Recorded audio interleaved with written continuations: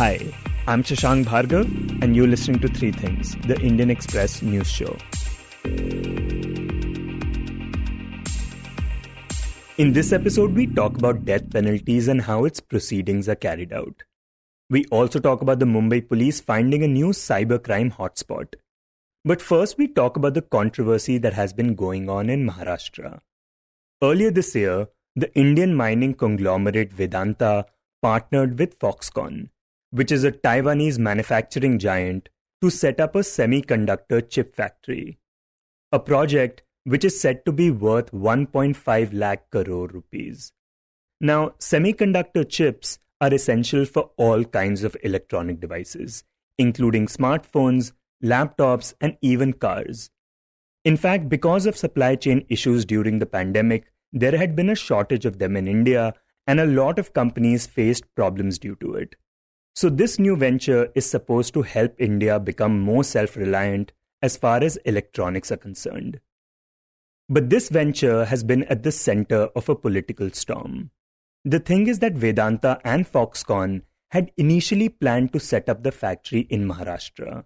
They even had late-stage meetings with the state government, which currently is a coalition between the BJP and the rebel MLAs of the Shiv Sena. But when everyone thought that the deal was going to get sealed, this happened last week. Mining major Vedanta and electronics manufacturing giant Foxconn will together set up a semiconductor manufacturing unit in Gujarat. Vedanta and Foxconn have signed a memorandum of understanding with the Gujarat government. And this will be a big boost for Prime Minister Narendra Modi's Atmanirbhar Bharat mission. This is a big development. Now, this came as a big surprise to the Maharashtra government, who was confident that the project would be set up in the state. And since then, the opposition has been blaming it for costing the state a huge employment opportunity. And this includes Shiv Sena leader Aditya Thackeray. जो investment Maharashtra में 100% आने वाली थी, जो investment यहाँ और 160 से 200 कंपनियां लाने वाली थी, लगभग 1 लाख रोजगार की संधियां उपलब्ध करने वाली थी, लेकिन ऐसी सरकार ऐसी इन्वेस्टमेंट को भगा कैसे सकती है? ये तो एक फैक्ट फाइंडिंग की बात हुई। मुझे लगता है इसके पीछे एक ही कारण है कि जो अभी व्यवस्था है वो सिर्फ राजनीति में लगी हुई है, जुटी हुई है और घूम रही है, लेकिन काम तो कुछ हो रहा नहीं। In this segment, we speak to Indian Express's Shubhangi Khapre, who reports on Maharashtra politics, about this development and what we know about it so far. Shubhangi, even though we are talking about it now, Devendra Fadnavis, for example, had been talking to Foxconn for some time, right? And really wanted this project to be in Maharashtra. So what exactly happened? Yeah, I'll give you the chronology. 30th of June, Eknath Shinde took the oath of Chief Minister. Devendra Fadnavis took the oath of Deputy Chief Minister. And on 14th of June, Devendra Fadnavis wrote official letter to Vedanta and Foxconn. And on 15th, a letter was written by Chief Minister. So there were two separate letters that went from both of them, expressing their desire to have the company here and willing to kind of hold discussions and basically give all incentives and give everything they wanted, that kind of thing. And again, formally on 26th of July, it was followed and a delegation from Foxconn Vedanta came. They made the presentation before the CM and DCM. Devendra Fadnavis at the meeting told them that we are willing to tailor-make the package you want, including the land, including the other logistics like the subsidies in the power sector and other whatever was required infrastructure. I mean, so very specifically said that Maharashtra is very keen to have this project and at no cost this project should be considered anywhere other than Maharashtra. It was very, very clearly spelled out. But then apparently they were conveyed that the talks with Gujarat were already in advanced stage and for some reasons they will not be able to pull out from the commitment given to Gujarat. Yeah, and this happened even though Devendra Fadnavis had very good relations with Vedanta and its chairperson Anil Agarwal, and he had even gone to his house to talk about the deal. But the other thing is that despite other states like Tamil Nadu, Telangana, Karnataka, and even Gujarat being in competition for this project, Maharashtra was considered the preferred state for it, right?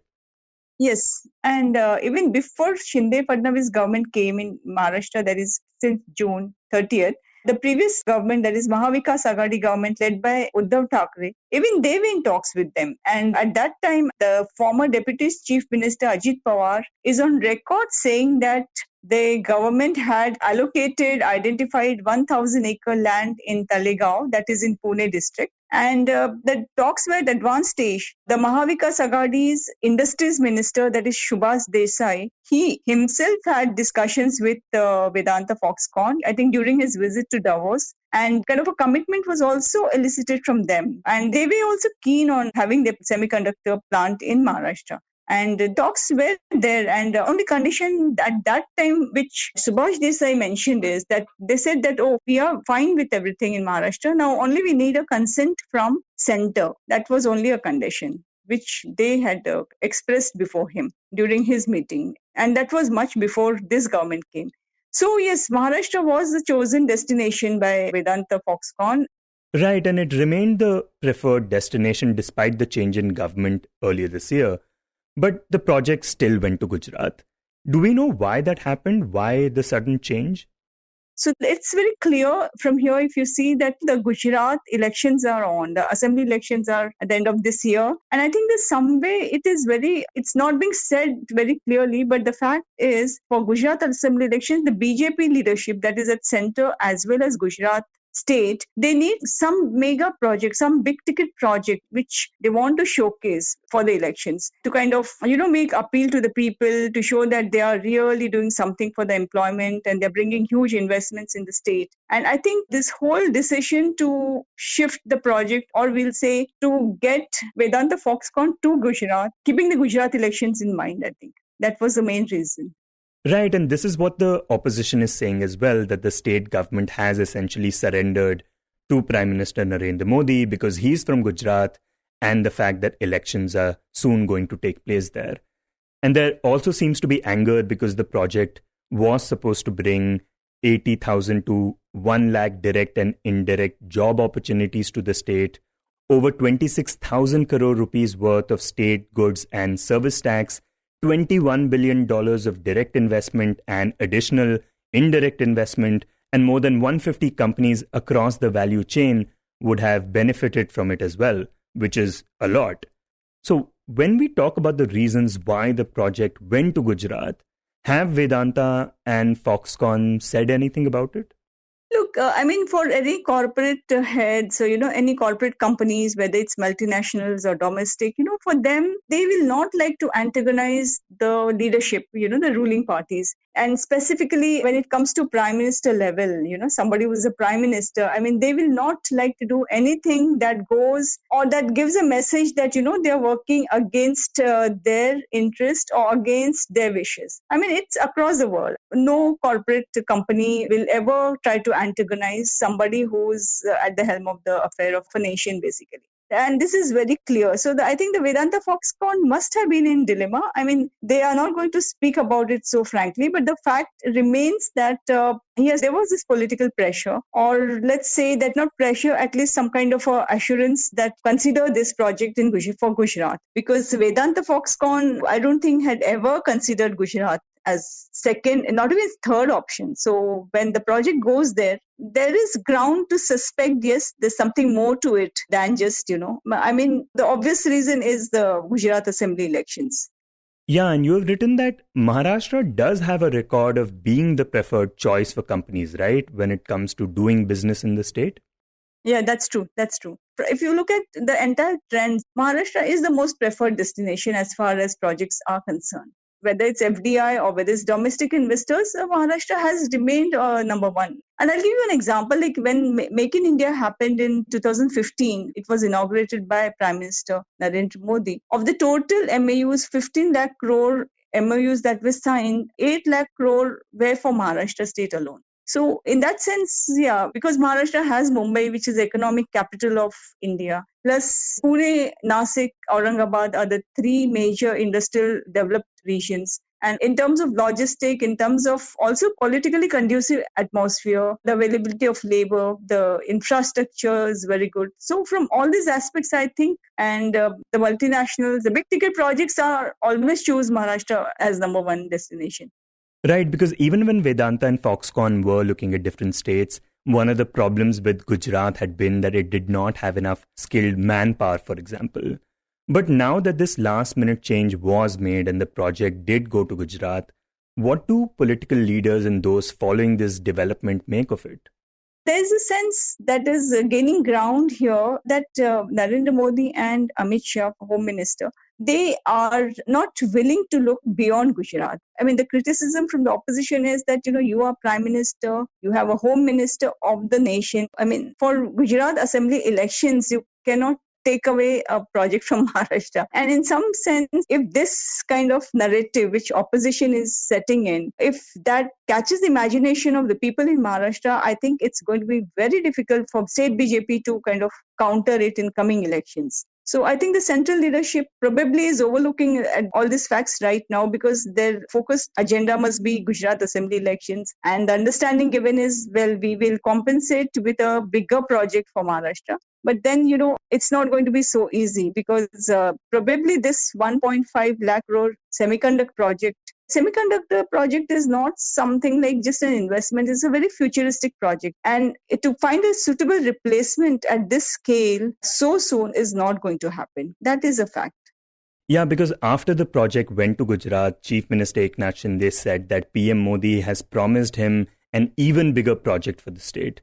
But talk about this position that both Shinde and Fadnavis find themselves in. I mean, the fact is that both Chief Minister and Deputy Chief Minister are upset about it.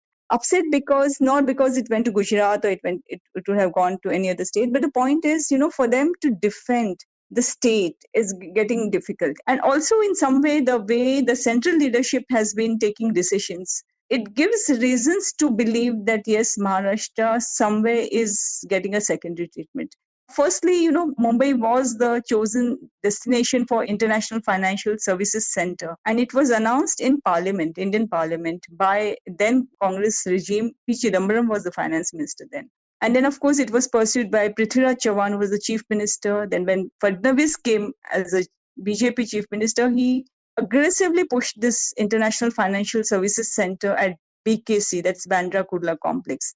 And then suddenly you have this gift city coming up in Gujarat, and they started staking claim for financial services center vis-a-vis Maharashtra or Mumbai. So there's this backgrounder to this, so now the opposition is in some way rightly saying that, the center is trying to take away everything that rightly belongs to Mumbai or that rightly belongs to Maharashtra. They're citing these instances like International Financial Services Center and then this bullet train. I mean, what was the need of having a bullet train only between Mumbai and Ahmedabad? Why not Mumbai and, say, Kolkata, or why not Mumbai and Nagpur?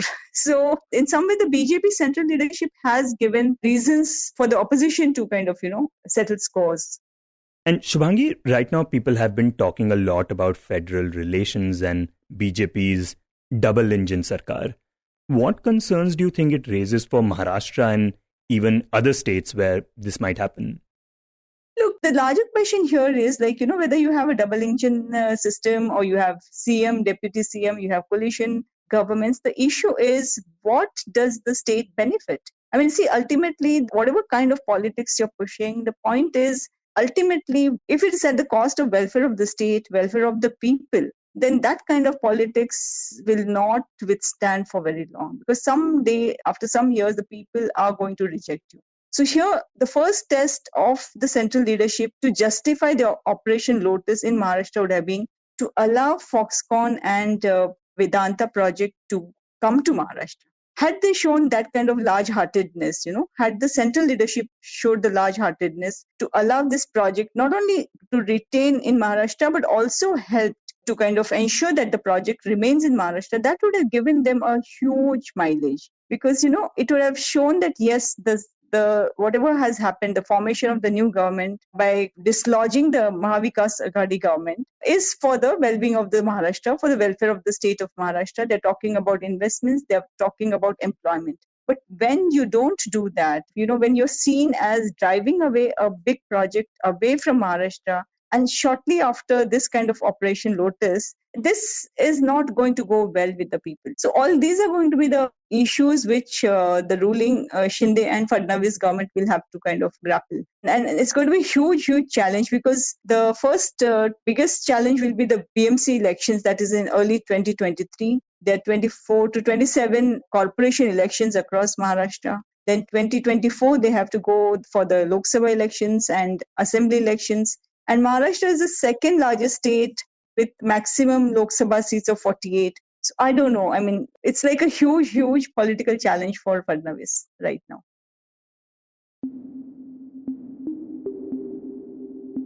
And next we talk about the death penalty.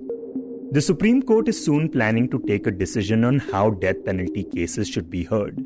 The top court earlier this week decided to refer the matter to a 5-judge constitution bench. In this segment, Indian Express's Apurva Vishwanath, who writes on law for the paper, joins us to talk about it. Apurva, could you begin by talking about how and in what cases are death sentences typically awarded in India? So there are a host of provisions under the Indian Penal Code under which you can be awarded the death sentence. I mean, this includes treason, kidnapping for ransom, attempted murder, and rape of a child below 12 years, or the gang rape of child below 12 years. These are all offences for which you can be awarded the death penalty. We also have some special legislations like the Narcotics, Drugs and Psychotropic Substances Act, the UAPA, under which you can also be awarded the death sentence. Of course, this wouldn't say mandatory death sentence. There is some legislations which require you to carry out a mandatory death sentence, and some which leave a discretion to the judges to choose between a range of sentences, the highest of which is the capital punishment. Right, and recently a 3-judge bench of the Supreme Court said that there are conflicting judgments on when and how the sentencing hearings of death penalties must take place. And because there are conflicting judgments, they said that the matter should be now referred to a larger bench, a 5-judge bench. So what are these conflicting judgments? Right. So, after conviction, an accused is given sentencing hearing. And in this sentencing hearing, the judge will have to decide what are the aggravating and mitigating circumstances. Why is a punishment like the death sentence necessitated in a particular case, and why the death sentence should not be allowed. So the CRPC has a provision for a separate sentencing hearing in all crimes. But it becomes very important in cases of death penalty because it is, of course, as we know, the ultimate punishment, and which is also irrevocable in a sense. It's a question of life and death. So the sentencing hearing becomes very important in cases where the punishment could be the death sentence. So usually what we see in many cases is, although there is consensus on having a separate sentencing hearing, judges tend to have these on the same day of conviction, which is almost like they're happening simultaneously, right? So it restrains the accused, because if he makes a pitch for a lesser sentence, then it can be looked at as an admission of guilt. But if he is pleading not guilty, then he cannot argue on sentencing. So there are a lot of issues around this on when the sentencing hearing should take place. Of course, there are also guidelines of the Supreme Court which say that in the sentencing hearing, the accused must be given an opportunity to put forward all the mitigating circumstances. That could be the social milieu he comes from, his age, the dependents of his family who are dependent on this accused, for example, educational background, and all these issues which are intrinsically linked to crime, right? Why somebody commits a crime. So a judge will have to look at all these things and then decide on whether the death sentence is warranted or not. But if it happens on the same day, the accused does not get a chance to put forward this material, or the judge does not get time to, look into this material, even if it is put forward before him. Yeah, and you write that this is the issue on which there is a difference of opinion in the judgments that we have. What have these judgments said? So there are some verdicts which have said that the same day sentencing is okay, but some judgments in which the Supreme Court has in fact commuted the death sentence to life imprisonment solely on the reason that the accused did not get a fair chance to present his case in the sentencing hearing. So this is something that the court wants to sort of settle the law on this issue, and also develop this clarity in law on when the sentencing hearing should take place. In the same case earlier, the Supreme Court had also said that they will look into framing a guideline of sort on what are the factors that the judge should consider in the sentencing hearing. So all in all, this reference is essentially trying to plug the loopholes or the procedural loopholes in death sentencing hearings. Okay, so now this 5-judge bench is going to look at the matter. What do we know about what happens next? So this is a larger constitution reference. The Chief Justice has now to set up a 5-judge bench that will have to settle these differences in law.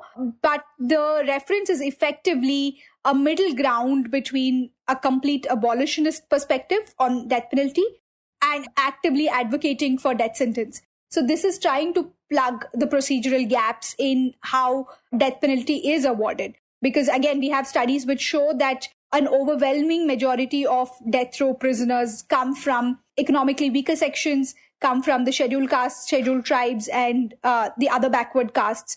So in a system that is inherently unfair, how do you make sentencing in death penalty cases procedurally sound? That's something that the court is looking at.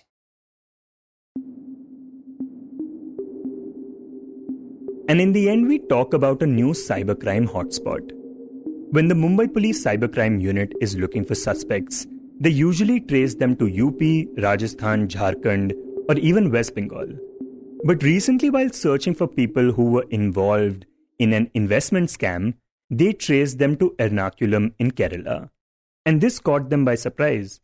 And when they started looking into it more, they found that a lot of other investment scams were actually happening out of Kerala. In this segment, we speak to Indian Express's Mohamed Thaver, who recently reported on this matter. Mohamed, could you begin by telling us what the Mumbai police found out and what these investment scams are? So investment fraud is when, the person is telling you that you can invest in gold and we will give you this. Like the two cases that they have found, in one, the person had created a fake website where you could invest in gold and they were offering rates much higher than the government approved thing. In other, it was investing in Amazon gift card. Now, what they are realizing is that Kerala is a place from where these frauds are taking place. And generally, when it comes to cybercrime, they operate in hubs. So it's not going to happen that you will find one solitary call from Kerala or Karnataka or anywhere, because they kind of operate on scale because it is economically feasible for them. Right. So, for example, the reason a lot of investment scams are happening from Kerala is because now the place has the infrastructure and the resources to carry out those scams. Absolutely. So one thing that you have to understand, which actually is a very interesting thing, is that cyber criminals, one, will not target their own state. Their entire thing is how do we evade law enforcement agencies. So if they are making calls from Kerala, they're going to make calls to Maharashtra, they're going to make calls to Rajasthan, Jharkhand, which also makes it difficult for law enforcement agencies to identify a particular area as a hub. Because here you have 5 officers in Mumbai who realize links to Kerala. Then in Rajasthan, then it's only after months that a lot of states come together and they realize that, okay, there are a lot of calls coming from here. And that has generally been the case, that you will not have 5 people in a state doing that. There is a proper setup in place. You have like call centers, you have hubs, you have buildings where people are just involved, they have the same infrastructure and they're making like hundreds of calls daily or sending messages or whatever it is. But a lot of these hubs, they always operate on scale because it makes sense for them economically as well. So even in Kerala, now these are cases that have come on record. You have to understand that in cybercrime, if there are 5 cases that are registered, you can assume that there are 50 that are not registered. So, in that sense, they realize that, okay, this is an area where we are finding links to, which we did not earlier. And also there are specific spots, like there is a place, they did not want to reveal the names of these places at this point because it could hamper their probe. But they said there was this place to the south of Kerala. There was one along the Kerala-Tamil Nadu border. So these hubs will always be these particular areas in a state from where you will see a lot of calls and a lot of messages. So now they are fearing that, Kerala does seem to be popping up, in a few cases in Mumbai alone. So, and these cybercrimes, they take place across the country. So they're quite certain that this must be happening in other states as well. And so hence they are also hoping that the local administration kind of looks after it and ensures that it does not really become more established than it is. And earlier you mentioned that cyber criminals ensure that they don't commit crimes in their own state. And one of the reasons for this is also that it is difficult for the police from a different state to come and chase them, right? It requires a lot more resources.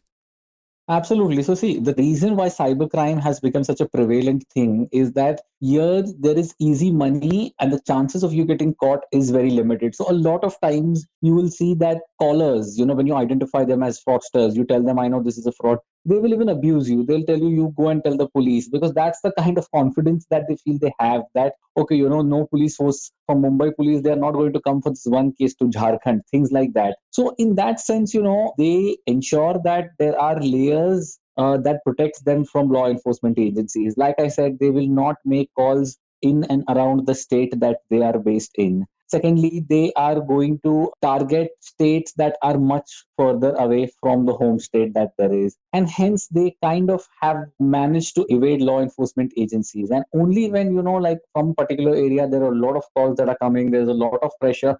I mean, eventually the cops do find out that, okay, the calls have emerged from here. So only in that case have we seen a lot of action take place. Although police forces do every once in a while go there. But for them, like once a month, if somebody is coming and arresting 2 people, for them economically, it's not that big a damage. I mean, for them, that's all right.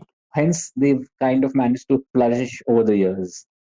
And does the police say anything about why certain cybercrimes emerge from certain areas, like why investment frauds from Kerala or insurance frauds from Delhi or sextortion cases from Mewat, for example? So I don't think that there is anything to do with these particular areas that give rise to these trends, but it is more so about moving on from as soon as a particular kind of scam stops working or people are more aware about it and the area is too much in focus, they then have to change it and go to another area. So it's more random in that sense. And what does the police plan to do now that they know about these new hotspots? See, there are a lot of awareness campaigns that are being done, but honestly, the scale at which this functions, to reach out to everybody. So, for example, these fraudulent phone calls, like a lot of times we have also seen these fraudsters target senior citizens because, they don't know technology that well. And it's not like cops will, for example, put up banners outside police stations in some places. But honestly, it's not enough to kind of reach out to a community as a whole. And also, these guys are making 100 calls or 200 calls a day. They will definitely find people who are not aware about it. So, it's just the scale at which they operate that, they will, the number of attempts that are made on a daily basis. You have people sitting and just making calls every day. So you will definitely find people. So, in that sense, the force with which this operates, is much, much stronger than the awareness that happens. These guys do it. They go to schools, colleges, they will put up banners, they will put up police stations. But unfortunately, after a point, especially in a country like ours with such a population density, with also a lot of people who do not, let's say, for example, you do not consume media, who do not, if you read a report, you will be more careful. So there are people who are, who are not as exposed to things. So that makes it all the more easier for them to kind of, be defrauded. You were listening to 3 Things by the Indian Express. Today's show was written and produced by me, Shashank Bhargava, and was edited and mixed by Suresh Pawar. If you like the show, then do subscribe to us wherever you get your podcasts. You can also recommend the show to someone you think will like it, share it with a friend or someone in your family. It's the best way for people to get to know about us. You can tweet us at Express Podcasts and write to us at podcasts@indianexpress.com.